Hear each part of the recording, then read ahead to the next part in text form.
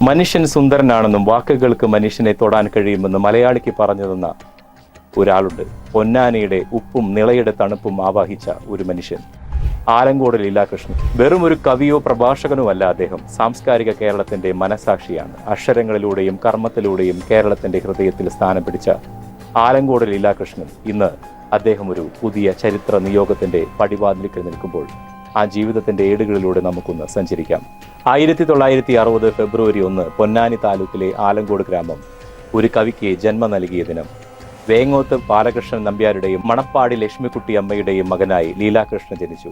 സമ്പത്തിന്റെ ആഡംബരങ്ങളില്ലാത്ത എന്നാൽ മൂല്യങ്ങളുടെ കരുത്തുള്ള ബാല്യം, പ്രകൃതിയോടും മനുഷ്യരോടും സംബന്ധിച്ചു തുടങ്ങിയ ആ കാലത്താണ് നാം കണ്ട ആ വലിയ എഴുത്തുകാരൻ രൂപപ്പെട്ടത്. സ്കൂൾ പഠനകാലത്ത് തന്നെ അദ്ദേഹത്തിന്റെ ഉള്ളിൽ അക്ഷരങ്ങൾ കൂടുകൂട്ടിയിരുന്നു. കവിതകളും ലേഖനങ്ങളും എഴുതിക്കൊണ്ട് അദ്ദേഹം തന്റെ സർഗാത്മകത പ്രകടിപ്പിച്ചു.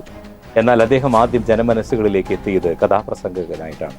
വാക്കുകൾ കൊണ്ട് ചിത്രം വരയ്ക്കുന്ന ആ കലാരൂപം അദ്ദേഹത്തിന് വേദികളെ കീഴടക്കുവാനുള്ള ആത്മവിശ്വാസം നൽകി. 1981 AMS പൊന്നാനി കോളേജിൽ വാണിജ്യശാസ്ത്രത്തിൽ ബിരുദം നേടി. സാമ്പത്തിക ശാസ്ത്രത്തിന്റെ കണക്കുകൾക്കിടയിലും അദ്ദേഹത്തിന്റെ ഉള്ളിലെ കവി ഒളിച്ചിരുന്നു. തുടർന്ന് കേരള ഗ്രാമീൺ ബാങ്കിൽ ഉദ്യോഗസ്ഥനായി. ഒരു ബാങ്ക് ഉദ്യോഗസ്ഥൻ എന്ന നിലയിൽ സാധാരണക്കാരുടെ സാമ്പത്തിക പ്രയാസങ്ങളും ജീവിത സമരങ്ങളും അദ്ദേഹം അടുത്തറിഞ്ഞു. എന്നാൽ ബാങ്കിലെ തിരക്കുകൾക്കിടയിലും അദ്ദേഹം എഴുത്തിനെ കൈവിട്ടില്ല. അക്കങ്ങൾക്കിടയിൽ അദ്ദേഹം കവിതകൾ തിരഞ്ഞു. 1993 പുറത്തിറങ്ങിയ നിളയുടെ തീരങ്ങളിലൂടെ എന്ന ഗ്രന്ഥം ലീലാകൃഷ്ണന്റെ ജീവിതത്തിലെ നാഴികക്കല്ലാണ്. ഇന്ന് വെറുമൊരു പുസ്തകമല്ല, ഭാരതപ്പുഴയുടെ തീരത്തെ സംസ്കാരത്തെക്കുറിച്ചുള്ള ആഴമേറിയ പഠനമായിരുന്നു. പിൽക്കാലത്ത് ദൂരദർശൻ ഇത് ഡോക്യുമെന്ററി പരമ്പരയാക്കിയപ്പോൾ അത് കേരളമാകെ ശ്രദ്ധിക്കപ്പെട്ടു. ഒരു സ്വതന്ത്ര പത്രപ്രവർത്തകൻ എന്ന നിലയിൽ കേരളത്തിന്റെ മുക്കിലും മൂലയിലും അദ്ദേഹം സഞ്ചരിച്ചു. ആനുകാലികങ്ങളിൽ അദ്ദേഹം എഴുതിയ ലേഖനങ്ങൾ സാമൂഹിക തിന്മകൾക്കെതിരെയുള്ള വിരൽ ചൂണ്ടലുകളായിരുന്നു.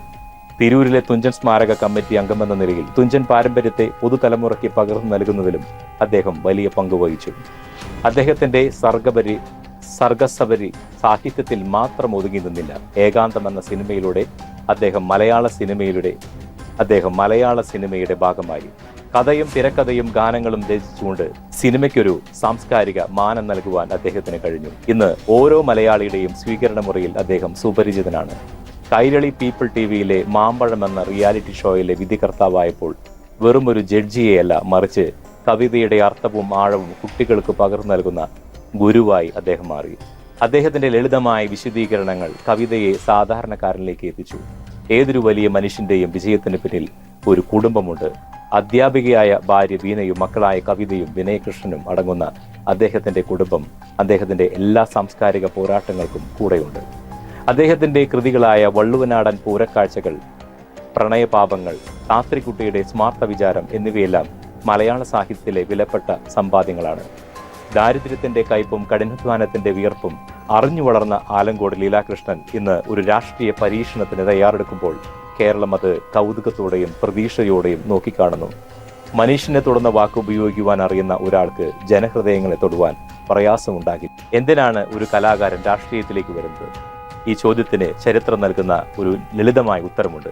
മനുഷ്യന്റെ വേദനകൾ സ്വന്തം വേദനയായി കാണാൻ കഴിയുന്നവനാണ് യഥാർത്ഥ കലാകാരൻ. ആലങ്കോട് ലീലാകൃഷ്ണൻ തന്റെ കൃതികളിൽ എഴുതിയതുപോലെ മനുഷ്യനെ തൊടുന്ന വാക്കുകൾ അറിയുന്ന ഒരാൾക്ക് മാത്രമേ മനുഷ്യന്റെ പ്രശ്നങ്ങളെ ആഴത്തിൽ സ്പർശിക്കുവാനും കഴിയൂ. കണക്കപ്പിള്ളന്മാരുടെ രാഷ്ട്രീയത്തെക്കാൾ ഹൃദയമുള്ള ഒരു കലാകാരന്റെ രാഷ്ട്രീയമാണ് ജനത ആഗ്രഹിക്കുന്നത്. കലയും സാഹിത്യവും വെറും വിനോദമല്ല, അത് സമൂഹത്തിന്റെ കണ്ണാടിയാണ്. ആ കണ്ണാടിയിലൂടെ സാധാരണക്കാരുടെ ദാരിദ്ര്യവും കഷ്ടപ്പാടുകളും സ്വപ്നങ്ങളും കണ്ടറിഞ്ഞ ലീലാകൃഷ്ണൻ രാഷ്ട്രീയത്തിലേക്ക് ഇറങ്ങുമ്പോൾ അത് കേവലം അധികാരത്തിനായുള്ള മത്സരമല്ല, മറിച്ച് ജനങ്ങളുടെ സങ്കടങ്ങൾക്ക് കാവ്യ അനുഭൂതിയുള്ള പരിഹാരങ്ങൾ കണ്ടെത്തുവാനുള്ള ശ്രമമാണ്.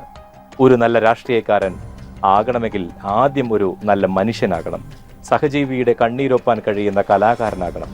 ആലങ്കോട് ലീലാകൃഷ്ണൻ എന്ന വ്യക്തിത്വത്തിൽ ഈ കലാകാരനും രാഷ്ട്രീയക്കാരനും ഒന്നിച്ചു ചേരുന്നു. ദാരിദ്ര്യത്തിന്റെ കയ്പും കഠിനാധ്വാനത്തിന്റെ വിയർപ്പും അറിഞ്ഞു വളർന്ന ആലങ്കോട് ലീലാകൃഷ്ണൻ ഇന്ന് ഒരു രാഷ്ട്രീയ പരീക്ഷണത്തിന് തയ്യാറെടുക്കുമ്പോൾ കേരളം അത് പ്രതീക്ഷയോടെ നോക്കിക്കാണുന്നു. അക്ഷരങ്ങളുടെ ലോകത്ത് നിന്ന് ജനങ്ങളുടെ ഹൃദയങ്ങളിലേക്ക് അദ്ദേഹം ചൂടുവെക്കുമ്പോൾ നാം തിരിച്ചറിയുന്നു, ഒരു കലാകാരന്റെ കരുണയുള്ള കൈകൾക്ക് മാത്രമേ നാടിന്റെ മുറിവുകൾ ഉണർത്താൻ കഴിയൂ. നിളയുടെ കാവലാളായി, മാനവികതയുടെ ശബ്ദമായി, ഒരു ഉത്തമ രാഷ്ട്രീയ നേതാവായി ആലങ്കോട് ലീലാകൃഷ്ണൻ ഇനിയും നമുക്കിടയിൽ തിളങ്ങട്ടെ. ഏവർക്കും നന്ദി.